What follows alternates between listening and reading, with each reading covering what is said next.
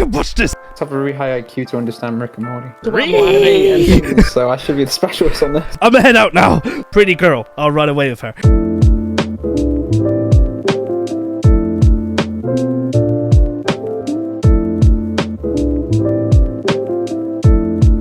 Hello everybody, welcome to the very first episode of The Hub. I am joined today by another person called Andrew. Hello, another person. I've never been introduced as I don't know, are we at friends yet? I've only known you for like 7 years, whatever. No, it's been a long time. Yeah, it's like, are we even friends? Are we? Are we really? So I guess we question that all the time. I don't have any friends. I gotta maintain the weeb profile. I mean, especially with your hot takes, your terrible takes. Oh well, we've got a whole series dedicated to that now. Okay. God. So, what this is a podcast where we talk about anything and everything. We're primarily around what you call nerdy central stuff. So, anime, video games, manga, sometimes film and TV, but I don't partake in the normie stuff. God, I mean, it depends. I don't really watch a lot of like the popular kind of shows because I just don't have the time. But it's like, I need to check things out. That's my issue. It's like I've always got a long list of things I need to check. No, I know how that feels. So I'm Tom. There's my friend Andrew, and so let's introduce ourselves. Why don't you start? Well, I'm Andrew. I'm probably the only person who likes the franchise Lupin the Third. We talk a lot about JoJo, but no, I generally like a lot of things. Gaming. Well, not as much as I used to, but I'm hopefully the kind of idea is I'm getting back into it. So what sort of games do you play? I'd say I'm more casual. So like, I'll play shooters. I'll play strategy games. I can play fighting games. You play Fortnite? But, no. Minecraft? Hard, no. PUBG? No. League of Legends? Oh, sorry, I do play Minecraft. No, man, I have played Minecraft a bit.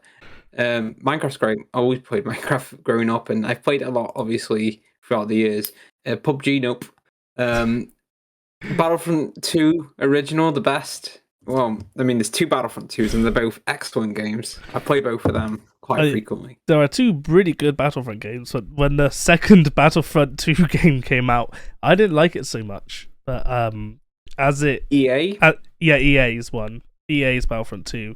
When it first came out, I didn't like it so much. But when it was, 2018, 19, after lots of the Clone Wars stuff was added, I just fell in love with it.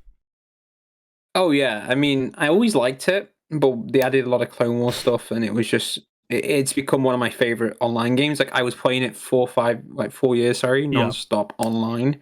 Sorry, 4 years. Yeah, it's been out for a while. I mean, it came out the same year as it came out. Yes, I remember it coming out same time as the Switch because I remember getting my Switch after literally just playing the demo to the game, and the game was coming out like that winter period.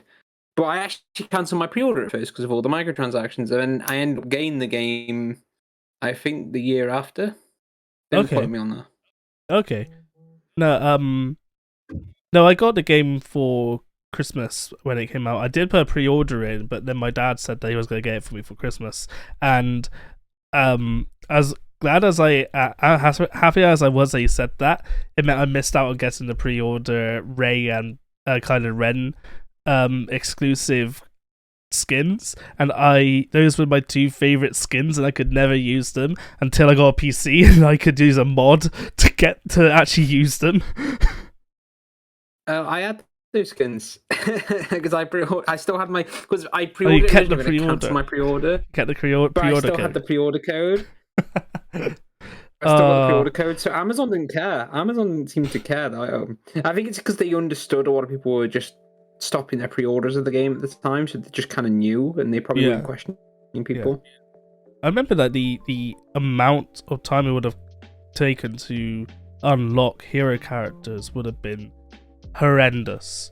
Like hours, like it would have taken over like 20 hours each to unlock one hero. I probably would have been. We had just unlocked like all of them by this point, 4 years later. But anyway, enough about Battlefront 2. We can't just talk about Battlefront 2. This is not the Battlefront 2 episode. You introduce yourself, you weeb. I am Tom. I run the Yeliab channel, and I'm also the biggest weeb you'll probably ever meet. You were also Anime Station originally. I've ran a bunch of channels on YouTube in the past. So Anime Station is probably the one in the past until now which had the highest, I guess you would say, quality of videos. Like I tried to make really high production, very critical videos. Like the angle was very indifferent, I would say, where I didn't take an angry or a happy approach. It was very neutral, the approach, and that way the tone of voice wouldn't guide the listener, but the words, people would be listening to the words and getting a better understanding of. So yeah. No, sorry. It just came to my mind. I remembered your Alita Battle Angel review of the 2D film, the original kind of OVA. Yeah. And it was like starting quite positive. You're like, your voice sounded really neutral, and as you got into it, this is not a good film. No, it's not. The introduction was so like positive. Like you were just like, oh, now let's explore one of my favorite like franchises or whatever. Yeah, this is not a good film. And I'm like, I don't think. Did I outright say it was bad? I don't remember that. I think you said it wasn't very good. I think. I just remember you saying. I feel like the best example is. Did you ever watch my review of the film Fireworks? No, because I need to. No, because it's not a good film. Don't watch it. Because no one likes the film. Oh, I thought a lot of people liked it. No, they don't. Okay. You should just watch my review because this is what I mean by. I was able to make something that was engaging without becoming like an angry without becoming like an angry personality on online.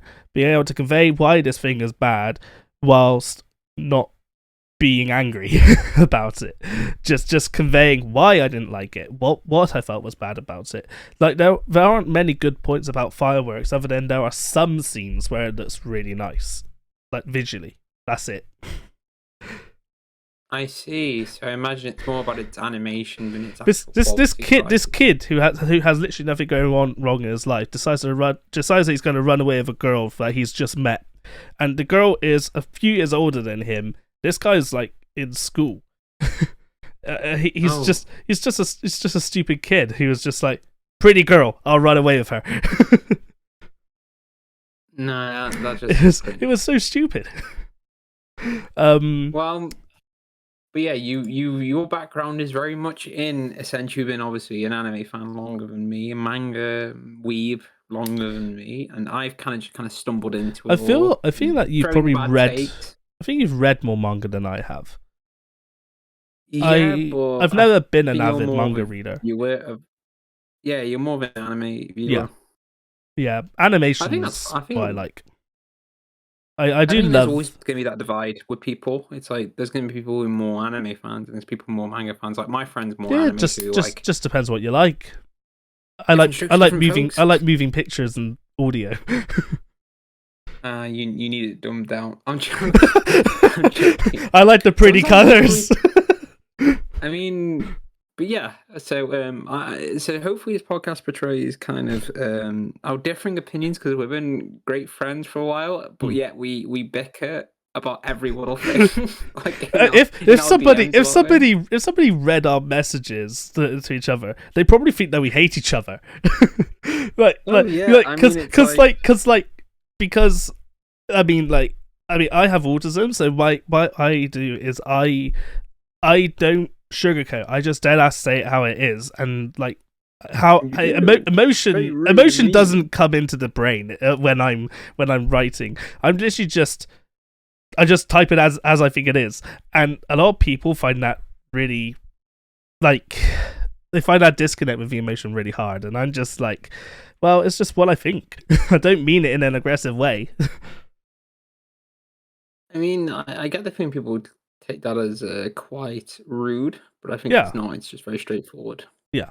I'm just straightforward. I remember one of my friends back from school said that I don't pussyfoot around things. I just say it as it is. I never forget the word pussyfoot around it. That was the first time I heard that sentence. That phrase. Sorry. Well, at the end of the day, this is going to record in person how brutally evil you are, how kind of rude and how rude I am. But we agree on a lot of things. So basically, the idea of this podcast as well, there's going to be at the end of the episode a challenge. So whoever is obviously in charge of the episode, so Tom, he will have to give me a challenge, which I forgot to write down in my mini plan. That's what we're doing. We're doing like whoever's hosting has like a plan. Has written down like a few topics to talk about. Some can be skipped if like if we don't make it in time or whatever, but like loosely planned what to talk about, but the other person doesn't know. So I'm the person who knows what we're going to talk about this episode. Andrew doesn't. Yes. So yeah. I didn't actually get around to talking much about me. Sorry. But yeah, yes. But yeah, you were talking about challenges, so we'll do that first, then we'll come back. No. I think it was just pretty on the point at the end of the episode. You just give me a challenge, and this is something I have to complete. Yeah, so something like if I gave Andrew a challenge to play the original Kirby game, for example, then within is it 2 weeks? I think it's 2 weeks between, he has to have played the Kirby game. Now Andrew will probably give me a challenge like watch all of One Piece, and I think that's probably got I think that there are more episodes than there are in hours or 2 weeks. I think you'd rather it'd be easier just to kind of like not. I mean, when it comes to something like that, where it's like One Piece, where it's so long, I think it's just easier to like no. just don't watch One Piece.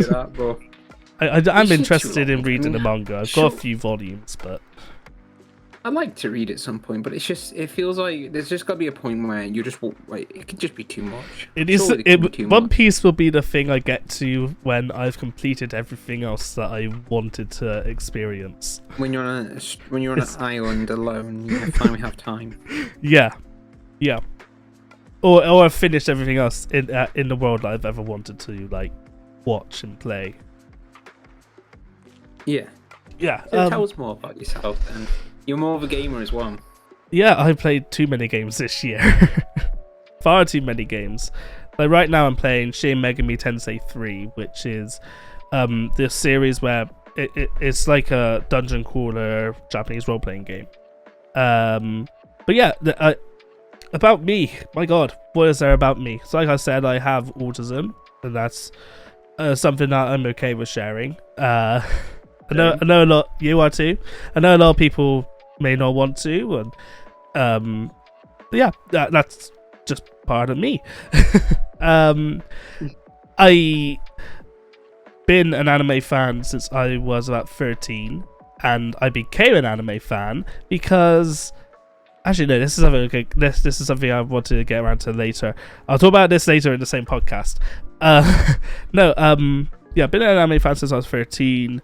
And yeah, met some of the best people in the world through this hobby, including people like Giguk. I met him at London Comic Con and Sisnap, which is now his wife.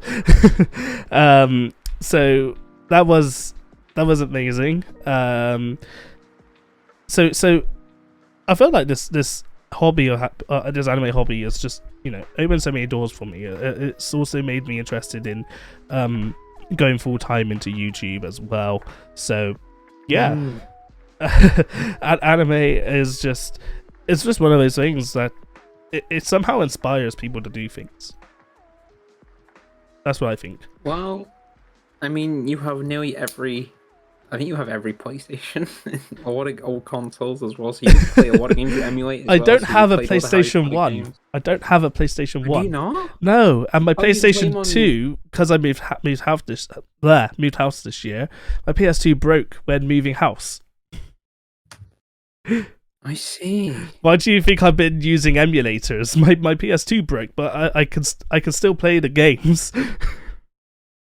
I mean, as long as you can, I mean, as long as you still play them. I mean, I know you're like the biggest Harry Potter on PS1 fan. I mean, that's like, I think you'd be lost without that game. I have already recorded gameplay of me playing that this year, and I've got that as a reserve for when I'm ill, or if I'm working on a project or I'm not home for like a week, I can have some of the Harry Potter games playing on my Yelia Plays channel. But yeah, I'm looking forward to watching some of that. I'm looking forward to PS1 Hagrid. Don't go into the forest, Harry. Hello, Harry. It's me, Hagrid. I absolutely love that game. You'll see that when I'm playing it, like there's some parts that I'm just like, I hate this part of the game. Why am I playing it? But in other parts of the game, I'm just like, yeah, best game ever. I think it's because you played it when you were younger, and it's like I didn't. I didn't. Oh, did you not? No, I assumed you did. No, I didn't play it till 2015. I thought you grew up with it. No, I did not grow up with the game.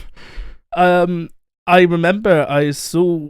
I knew people I knew people that had it, and I saw videos online of the game, and I always wanted to play it. But I only had one Harry Potter game growing up, and that was The Goblet of Fire, which is the worst Harry Potter game. Harry, did you put your name in the Goblet of Fire? Harry, did you put your name in the Goblet of Fire? I had the what is it? The Wizard Cup game for PS2. Yeah, The Goblet of Fire. No, it wasn't Goblet of Fire. Quidditch. It was the Quidditch game. Quidditch. The Quidditch game. The Quidditch game. Yes.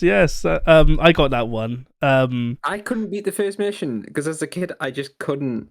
It's basically FIFA but on broomsticks. That game is FIFA but with broomsticks. That's what it is. Quidditch fans are really like just No. Quidditch is much better than football, but that game is FIFA but with broomsticks. I meant the Quidditch game fans are probably angry at you right now, though I know it's not FIFA. Well, they can do one because they're wrong. Anyway, what? Yeah. No, I was just going to say, I feel like, we can describe it. Me and you get into tangents, so this is going to be a very tangented thing because we like a lot of things and we go into very big details about things. We kind of are. One thing I will say, don't mention in this video is don't say what your favorite anime is because I got a plan for the next time I'm hosting. Okay then. Yeah, I will. It's gonna require some thinking for that episode. But I'm looking forward to it. I see. So then I'll keep it. I think I've already established. Maybe you can cut it out or bleep it. So people will finally at this point understand that if you add a bleep, it's like, oh, that's why they bleep that part. I mean, that's what video editors are for. I'll leave that to you. So also, what I wanted to talk about today was how did we get into anime? Oh. So okay. I'm asking, so you answer first. Okay then. Well, I got into anime by obviously everyone was like, "Oh, you should watch this JoJo's Bizarre Adventure show because it's like literally Indiana Jones meets every karate film meets 80s pop culture." And I was like, "Okay, I'll give it a watch." Then the memes, I was like, I was already into the memes. I was already into like the music because I was listening to some of the music, and I was like, I gotta give this a go. But at the time, I was really not into anime. I think I only watched Ghost in the Shell and Akira. Ghost in the Shell is really good. I really love Ghost in the Shell. I'm getting on 4K at some point. I want to rewatch that film. Have you seen the series Standalone Complex? No, but I need to. You'd like that. That's why I want to rewatch the first film and get into the other stuff. I'm planning on going through the franchise at some point. I'm watching the first film, the second film, then the series. Yeah, that's the right order. Yeah, I mean, I was already a Blade Runner fan, so it was like kind of easy to get into more sci-fi stuff. Princess Mononoke was really surprising. I think that's my first Ghibli film. Really I love surprising. I Princess really liked Mononoke. it. Such a good film. Talk about Blade Runner. Um, I remember I got that from you for Christmas, and I Yes. remember I was gonna watch it, but then I went to my grandparents' house and they had it on TV. My granddad put it on the TV, and I was just like, well, I guess I'm not gonna watch the 4K for a while because You have to. It looks so I'm good. sure You it have does. I'm sure it to. does. But I've literally just seen it recently and was like, look, this is really good, but I already know the story. I want to give it a little bit of a break so I don't remember it so well. And I wasn't paying as much attention to it as I could have been. So that way I wouldn't remember everything so well. So when I come to watch it, it will still feel like a new film. I'm saving it for a future challenge. I'll just surprise you with it in the future. I'd say give it about a month or two and then, yeah, make it a challenge. Oh no, it might not be in a year or two. It just come out of nowhere. I would Come at any definitely time. watch it before the end of the year. Okay, then good, good. So, what is the first topic you want to talk about? Well, it was how we're getting into anime. How did we get into Oh anime? God, yes, I I forgot I was in my story and we had a tangent again about Blade you just Runner. started talking about Blade Runner. Sorry, watch Blade Runner, guys. But yeah, so JoJo got me into anime, and it was surprising because it's like I was never into anime. I didn't like anime, but I watched JoJo, and I was like, man, You did ask me especially getting from into the opening. arguments for hours with me about why anime sucks before. Yeah, and it changed my mind because it was very Nice. accessible. It was still nice. It was very. I mean, I still watched in Japanese. Even at that point, I was like very much like not much into dubs. I feel like everyone was like, "No, you got to watch in Japanese." So I was already not into dubs, and I was like, "Okay, that confirmed it." And then that got me to watch other stuff. But I think whilst I was watching JoJo, I think it was like more so I got into the manga then. So obviously part 6, 7. Yeah. Then that got me into manga, which is weird because many people say reading JoJo's manga, especially like part 6, is quite like it's quite hard to read manga because there's a lot of detail and the panel work is quite complex. So as a beginner, it was kind of hard at first, but that kind of helped me start from I think a more complex place, like in terms of as in paneling and how things play out. Because usually in manga, it's like they can be quite basic in the panel work, or they can be more complex. Yeah. Um, so from there, I got into Berserk. I was like, oh, I'm really into more mature stuff, like kind of darker stories. And he was like, oh, my friend recommended Berserk. I got into Berserk. I'd I been watched Attack on recommending Titan. Berserk to you for years. And I remember Yeah, because and I didn't want I to did that listen to you. review for it on my Anime Station channel. I was like, "You fucking watch this! This is like Lord of the Rings. You'll like it." I loved it. I loved it. I mean, and I'm from glad you there, I did. watched Glad you did. Bebop. I've watched Cowboy Bebop. I've watched a few Ghibli films. I've watched my favorite franchise, which I'm still going through, but I'm not going to reveal that because it's been bleaked earlier. So I'm not revealing what my favorite franchise is, anime franchise. And from there, I've just been reading Okay. mangas. I've read Monster recently, which is really good. Monster's really good. I'm very basic bitch at the moment when it comes to manga. I need to kind of diverge more. And Yotsuba is incredible, by the way, guys. Read Yotsuba. I've read a little bit of Yotsuba. It's really good, and I'm looking forward to properly reading it. The Sunday morning kind of manga. It's like very chill. Yeah, yeah. It's a manga you can just leave for a while, come back to it, and you're not missing out on anything, but you'll still kind of have a good time. Yeah. My story, which is interesting because I did do, like I said, I did do a video on it a few years back, but that was that I did that video when I was 19. It was called so like my journey in anime, and I covered I covered my entire teenage life from 13 to 19 because I got into anime when I was 13 years old. The reason I got into anime was because I didn't like the last Harry Potter film. Oh, I that see. So you're not a big fan of Deathly Hallows Part 2? No, because I read the books of Harry Potter, and and I felt like the films are doing a good job. Not fantastic, but I felt nostalgic for them. I loved them because it's what I grew up loving. And then the last film came out, Deathly Hallows Part 2, and it just became like a superhero film, like a stupid Hollywood drivel, flashy lights, and like the action scenes themselves could have been so much better and so much more if they just followed the book.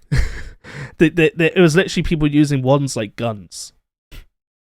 Yeah, I noticed that. As the series went, it was very gun onesy. It was a bit weird. It was very gun onesy, yeah. It Yeah, didn't feel so magical and no, like when you like go through the if you watch the first, first three, especially it's the very magical, yeah. yeah, it's the Got dueling and guns. stuff isn't just using your wand as a gun.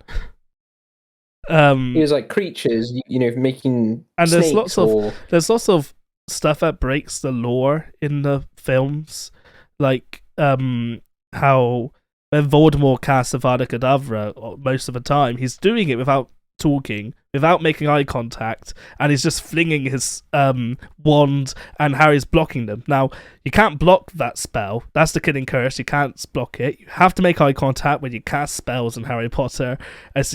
Yeah, there's so much wrong with just that. So Harry Potter, you couldn't be autistic in Harry Potter then. Sorry. You can't be autistic in Harry Potter with the eye contact. No, I guess you can't. Can't make eye contact. The wands don't work. Man, we can't do it. We can't do it. Well, I mean, we're autistic. We just have to force ourselves to learn to do it anyway. Sorry to go on that tangent. It was just thought it'd be funny to say. I thought it was hilarious. But what was I going to say? Yeah, so I really didn't like the last Harry Potter film. So I, being not so happy with it, I decided to just look at things that rewatch things from when I was younger, which I really enjoyed. And Avatar: Last Airbender was one of them. I remember when in 2005, my dad came home from work. He used to buy a magazine which would tell you what TV shows were coming out and what was new and stuff. And he said that this Avatar: Last Airbender one looks good.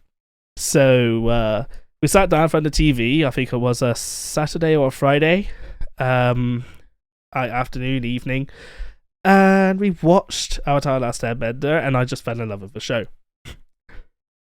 So I revisited it after it finished. I had watched it all the way through, but like once it finished, I just like, even though I loved it, I just sort of forgot about it when I went into secondary school and shit like that. But then as I after the Harry Potter film ended, I went back, watched Avatar again, and I realized that actually this series is fucking special. There's nothing else like it. There really isn't. So much intelligent commentary on society, on culture, like powers, etc. Amazing characters, and the conclusion to it was perfect. I honestly, it's the only time I would say in any story that the conclusion was perfect. There was only one loose. There's only one loose. Everyone always has issues with endings. There's only one like loose end, and it is addressed. Like it's something that we'll move on to later, and they did make a comic book series about that loose end, because they always knew that it was something that needed to be addressed. So I like that they were aware of the one thread left, and they like hinted at right before the last 5 minutes that this needs to be addressed, and it has been. So even their one issue in the ending was already addressed, so it had a perfect ending then. Yeah, it literally left nothing was just abandoned or forgotten. It was all there. It feels like it was planned from the start. Anyway, this isn't a review for Avatar. Hey, it's a major part of what got you into anime then. Yeah, but that's what's important though, is that it had an ending which I really loved, and then I typed in on Google TV TV shows like Avatar: The Last Airbender, and anime came up called Fate Stay Night. So I decided to give it a watch because the description of it sounded pretty cool. It's like so you got these 7 mages, they summon 7 servants, which are epic heroes from history like King Arthur, Gilgamesh, Hercules. They're summoned into the present day to fight in a tournament for the Holy Grail to grant them a wish. And it's just I was watching, I was just like, this thing is so epic. Bear in mind, guys, this is the 2004 Fate Stay Night by Studio Dean. So for your first anime, this is fucking awesome. For your 100th anime, don't watch it, you won't enjoy it. I see. It's not it honestly, like it's not that good. You can only find enjoyment in it if it was something that you grew up with, I think, because there are much better versions of Fate Stay Night out now, including the Unlimited Blade Works series adaptation and Heaven's Feel movies, which are amazing. But my god, that was my introduction to anime, and I didn't know that it was called anime for about 2 years. It was just it was just cartoons. It was just cartoons, and honestly, like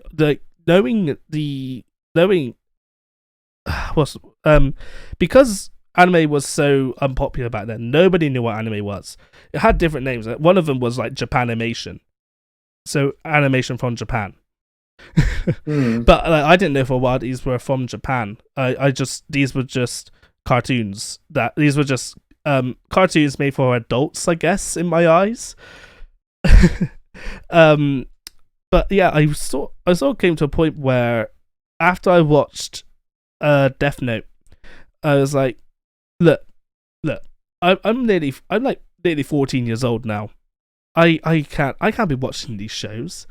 And then I watched the Melancholy of Haruhi Suzumiya, and I was like, okay, this is like the best show I've ever watched. I need to carry on watching this shit. And here I am today, never look back, still watching this stuff, and I think I will be till the day I die.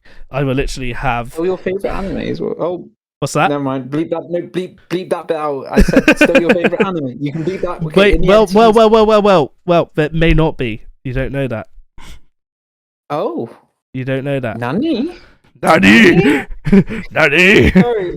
I mean, you've never actually told me what your favorite anime is. You've always just said that, oh, I'm going to watch this again. I'm watching I got a few shows. I got a few shows I watch annually. Okay. But yeah. I mean, right now it's Evangelion. That isn't my favorite. Oh man, I love Eva. But yeah, after watching Haruhi, I was just like, yeah, this anime stuff, this is something which is fucking special. I am never going to stop watching this stuff. And like I said, here I am today, still watching it. Well, hey, it's a good thing though. I'm really happy that, I found this stuff, because without it, I never would have gone to conventions. I never would have met so many amazing people throughout my life, and celebrities and other YouTubers who I've been inspired by. Like, it's really something special. And I would say I prefer the anime community to like the Star Wars community, because the Star Wars community can be really nasty. But like the anime community, that one can be like, it has its nasty sides and less untasteful sides as well. But on the whole, it's all right. It can be a mixed bag. It just depends on, because there's so many different fandoms, because these series become very big franchise-wise. So there's kind of between each franchise. So obviously, you've got the Dragon Ball Z franchise fans who are like, oh, can he beat Goku? That's actually a good thing. Talk about fandoms for a minute. It's not something I got written down, but let's talk about fandoms for a minute. What fandoms can you not stand? like you might like the show or TV. Well, my master's course is in fans, so I should be the specialist on this. Yeah, you're a specialist on this. Okay, what fandoms do you despise, even if you like the media that the fandom is a part of? Oh, okay, I despise. I mean, I was going to say JoJo fans, but I actually never actually okay. I think for me, it's one thing. I think this applies to all franchises that are more critically acclaimed or quite liked. It's those fans who say it's just ultimately better than everything else, and then like every post like about something else, like Berserk fans will post just like, oh lol, this is terrible, read Berserk, oh lol, this is terrible, watch Dragon Ball Z. It's just that goes across every franchise. But if I had to pick one franchise, I mean it's quite difficult. I'd have to say the Bully GF Bully GF anime franchise fans. I'm out. I'm a head out now. No, I think it's just that. I think that kind of applies to a lot of them. I'm not sure. I mean, some of it is like I can tell you one that I really dislike, despite the fact I do enjoy the show. Rick and Morty. I'm trying to.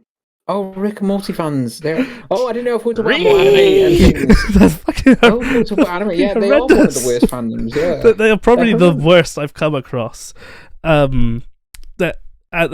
Like, you know, the whole Pickle Rick thing. Like, these guys, they shout things like, Pickle Rick, but like they don't actually get the commentary in the episode. The irony of the joke. Yeah, it's literally Rick is in a pickle mentally up here. And so he's physically turned himself into a pickle. It's literally a metaphor for how he's feeling, but nobody sees that. They just see, he turned into a pickle. Peak comedy is, as they would say, absolutely peak humor. I don't think it's bad humor. I think it's quite intelligent humor. But the problem is that people aren't seeing the intelligent side. They're just seeing, he turned himself into a pickle. I think overall, I'd say the worst fandoms has got to be Star Wars in a sense. I think it's just any large franchise fandom. I think that's what I'm just going to say. Any large fandom franchise, because it can be so toxic. Definitely Star Wars. You say anything. You say like the prequels, you get called an idiot. You say, I hate Star Wars fans. They all seem to think Empire Strikes Back is the best film, but they're fucking wrong. It's Revenge of the Sith. Okay, get out. To see, we're both toxic Star Wars fans. We are. And I think that's just the thing, though. It's a franchise that's so popular and impacts a lot of people, where I think people just tend to argue and be toxic about it. So yeah, I think in terms of fandoms and the worst fandom, it's got to be Star Wars. Well, one thing I know one thing we do agree on: The Last Jedi is probably the best, the sequel trilogy, best sequel trilogy film. Yeah, it's the best in the sequel trilogy. I absolutely love that film. I think in terms of Star Wars as well, I think it's one of the best cinematically shot. I mean, I can't say subjective stuff because that's subjective, like story, characters, subjective stuff. But in terms of objective, the way it's shot, the way it looks, the way it sounds, the way I like a lot how it mirrors Empire and Clones a lot. Like it uses visually, it's referencing them a lot, and it's not just to have like a visually similar image, but it's also telling you something. Like it's telling you there's more to this, and using those ones as a frame of reference. It's really, really cleverly shot. I agree. One thing I wanted to mention about the Rick and Morty fans. So you know that very famous comment about how Rick, you gotta be like a certain high Q to understand Rick and Morty and some stupid shit, and how it's like what is it? Well, you must have a really high IQ to understand Rick and Morty. Yeah, that one. The guy's going on about how all these science jokes are on a point, and you don't get it if you don't understand the science jokes. And it's like, no. Rick and Morty is a family drama. That's what it is.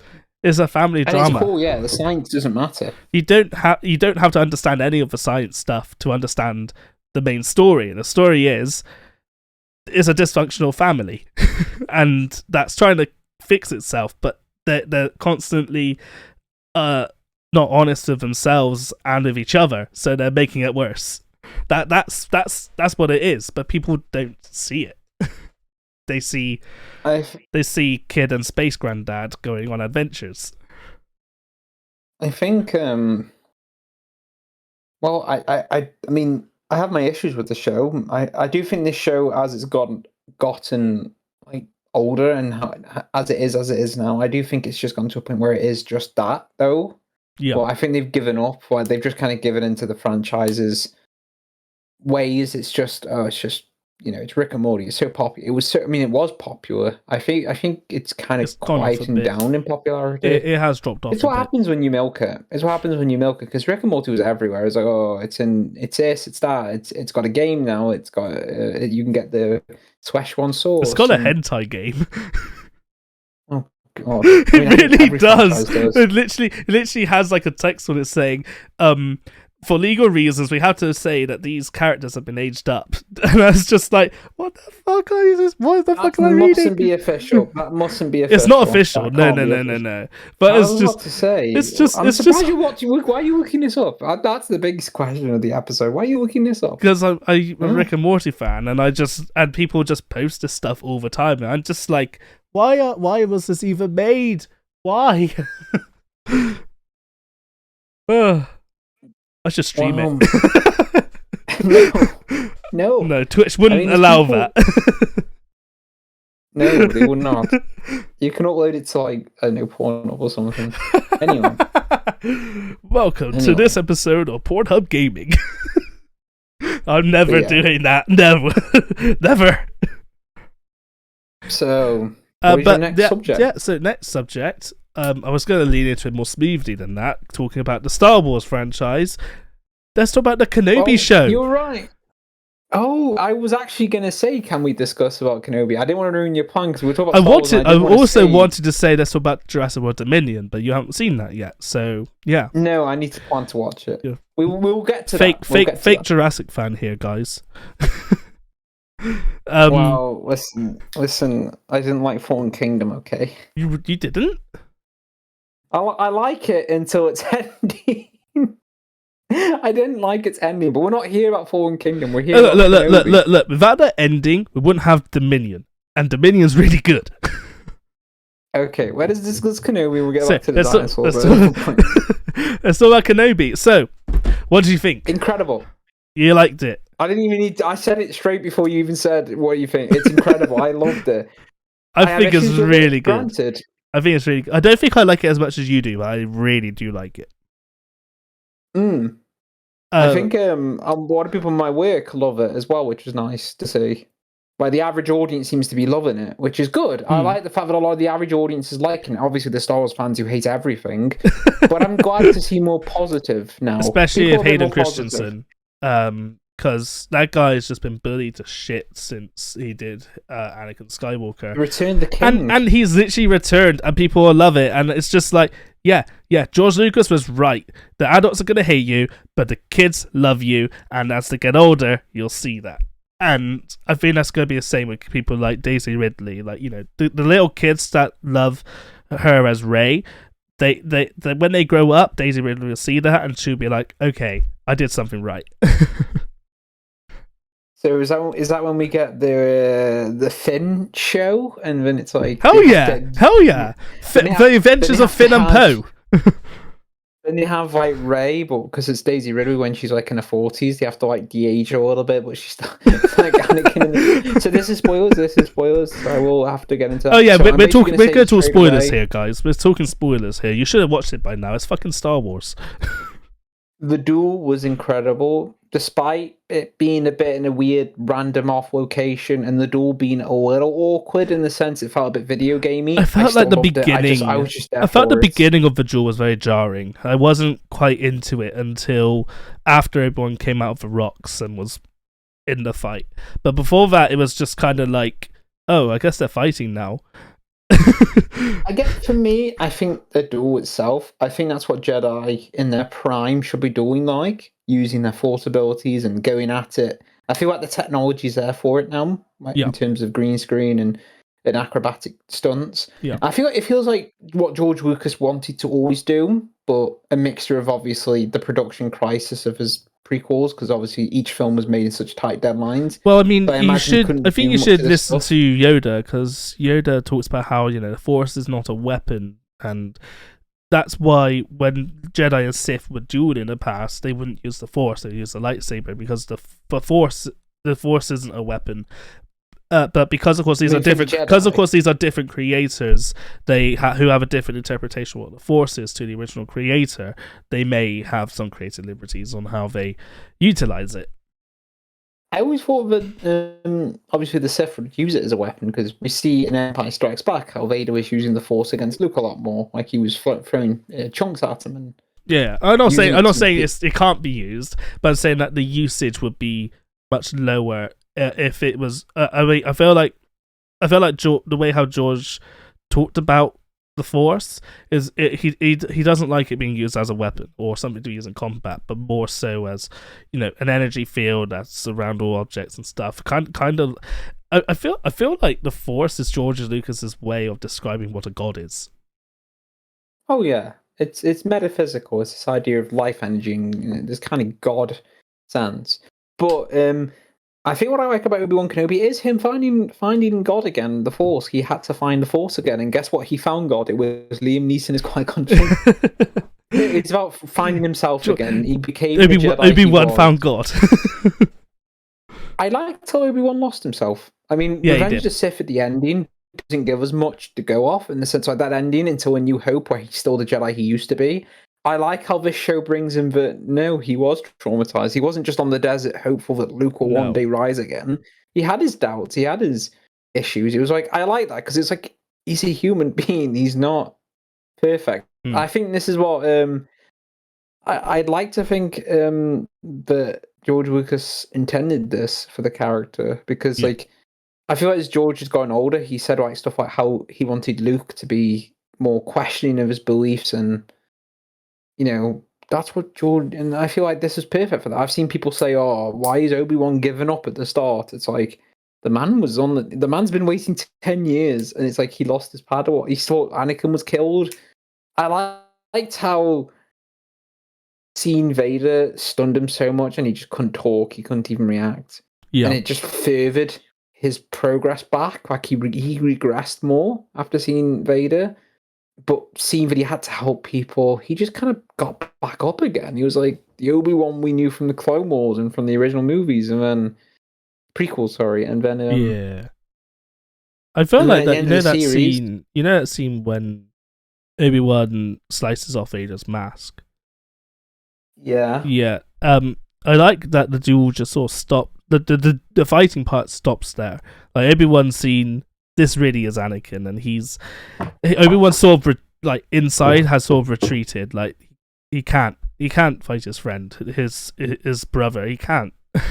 and I like one thing I do like about that is that it's a mirror image of that scene in Rebels where Ahsoka slices off the other side of Vader's helmet, and a lot of the dialogue is reflective of that scene as well. It's so good. It's everything a storyteller lover likes. Yeah. And I think The I whole really like that scene. the whole I killed Anakin thing was so good. Impeccable. Impeccable. I mean, it gave Obi-Wan closure. Vader finally gave him closure, which is weird. It's like, oh, sweet. He's like, oh, you. It gives that that scene when Obi-Wan says to Luke how a young Jedi named Darth Vader was a pupil mind until he turned to evil. Yeah, it sort of adds new context to that wasn't there before. Yeah. I really like. It brings. It doesn't ruin that scene. A lot of people say, oh, it ruins that scene. We say, no. It's like Anakin's dead. It's confirmed that the last time they saw us, it's. There's But like it's obviously it's not obviously the original intention of that scene. And obviously, when you watch it, you need to remember that because, of course, it's it's like what 30 years apart, 40 years apart. Fuck! Oh my god, I forgot what year it is. But yeah, but obviously with that new context, I kind of feel like it adds to the tragedy. I love all these like Order 66 stuff and this Vader tragedy stuff that comes in between episode 3 and 4 because there's just so much dark content there. I love it. Biggest surprise of the series, Reva. She was a really interesting character. I really liked her. I thought she was really good. I don't know how you survive getting stabbed twice, but this is Star Wars, and I'll let it go. I don't feel like it's a criticism of mine to be like, why did she survive being stabbed twice and still manage to like fight and then live at the end? But like, I don't care about that enough to. It's as the Inquisitor said, revenge does wonders for the will to live, don't you think? That's what he says. Yeah. He's like, and I'm pretty sure in the EU there was a Sith who literally lived on anger. And Darth Maul does it. I swear down if Darth Maul's still technically alive. I swear down if Darth Maul's alive still. I don't just like want Darth Maul to be alive. His death was perfect, but no, it's a force coma. They have to bring him back for Obi-Wan Kenobi too. See? I don't want there to be an Obi-Wan 2. I thought that was enough. That was brilliant. And that Obi-Wan and Anakin training scene. Everything I wanted.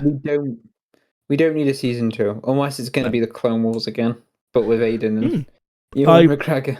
I'd like that if they had like because we don't see much of what happens to like characters like Asajj Ventress later on or something.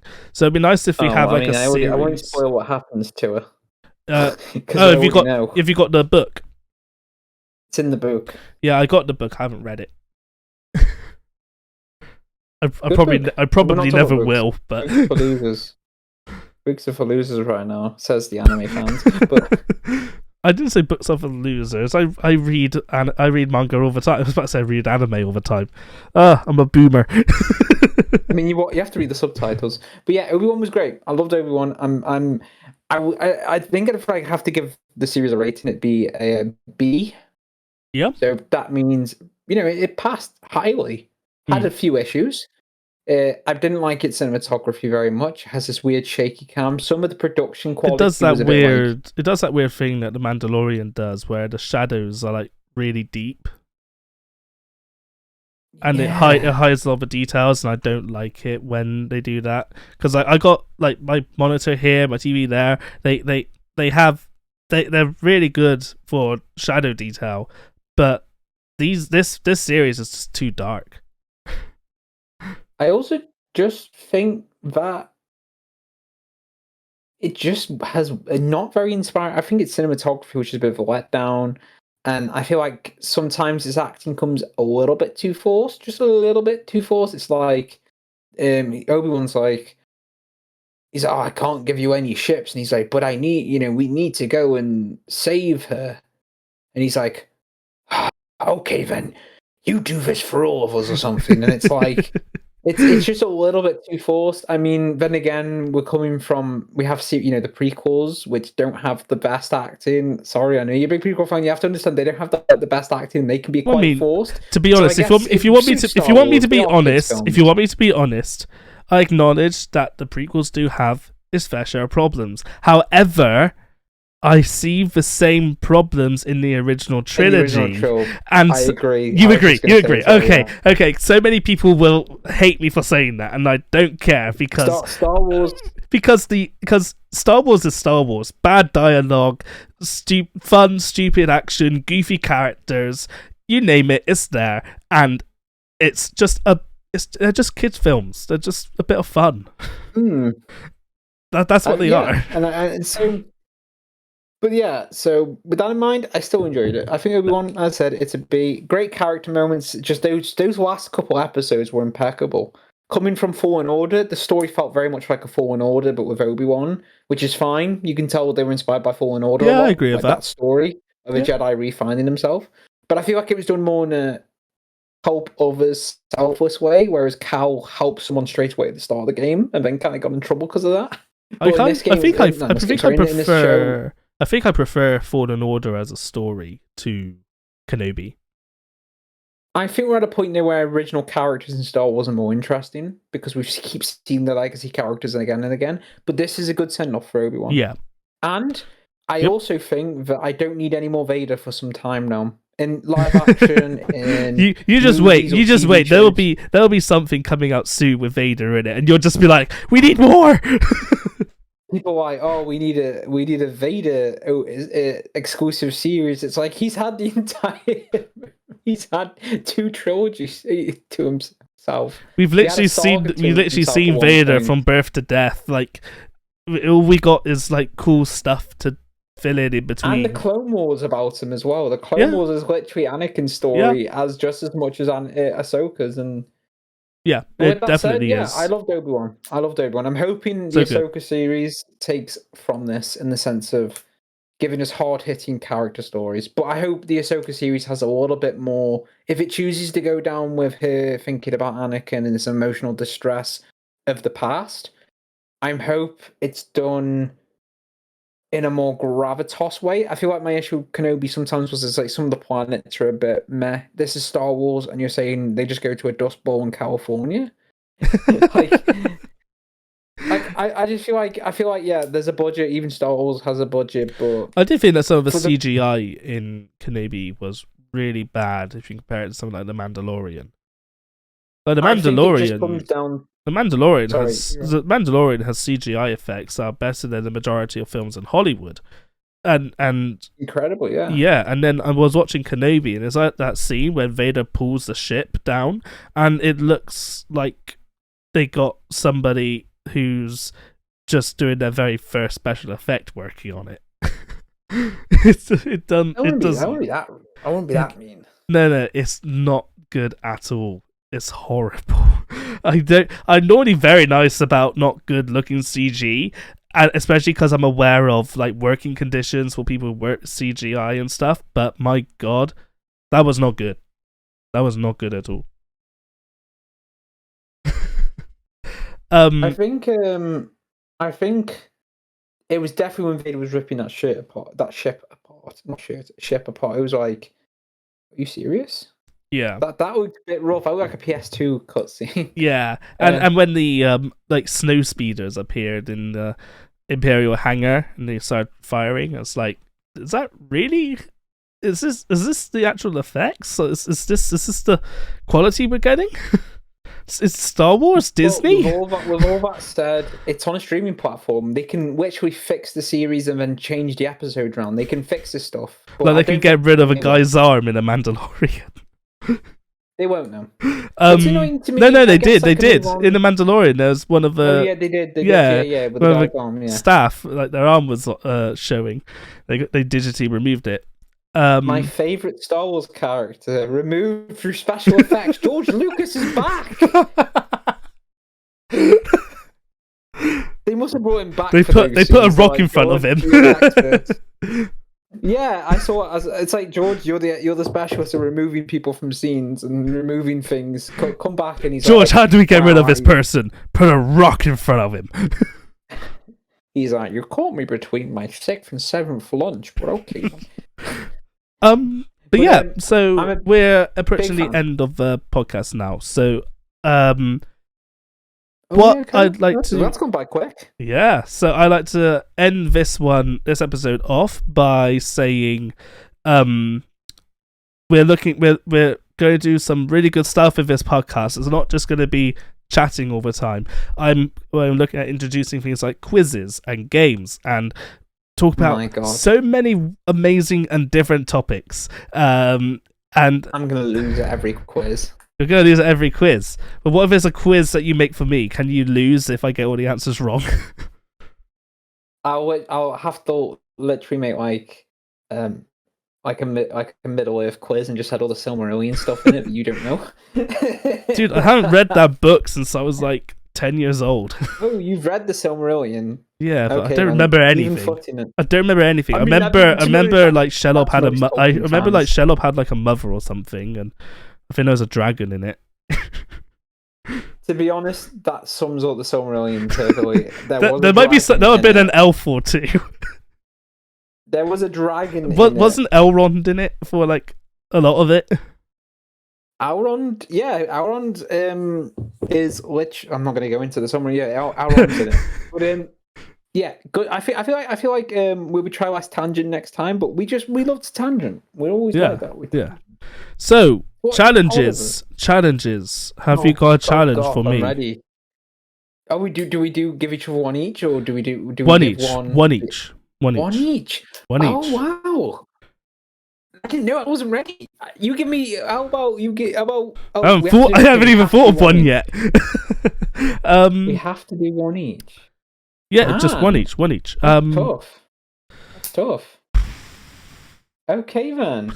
You have to watch Blade Runner. I don't even know what you just. I don't even know what you just said. You have to watch Blade Runner in 4K. Blade Runner in 4K in the next 2 weeks. No, I was joking because you said I'm not going to watch it so recently, and I was like, oh, I'll give you as a challenge. I'm looking on Crunchyroll. Look on Crunchyroll to see if there's what. Oh, I know. I don't even have to see it. Spy Family. I have to catch up with it. I watched the first episode. I just it's finished. It's finished. Part 1 has finished. It's coming back at the end of the year. So you now to watch it. You have a time limit to get it watched, and then tell me how it was in the podcast. Okay then. Okay. I still need to catch up with Kaguya-sama as well. There was War, but I can do them both. Yeah, okay. I'll catch up with Spy Family. Easy. I'll catch up with Spy Family. Easy. Is it easy? You've had 3 months already. I've been very enthralled with other stuff. Anyway, thank you very much for watching, everybody. I've enjoyed doing this, and I'm looking forward to doing the next one. Please subscribe to keep up to date with this podcast. So long, everyone. Thanks for listening. Goodbye.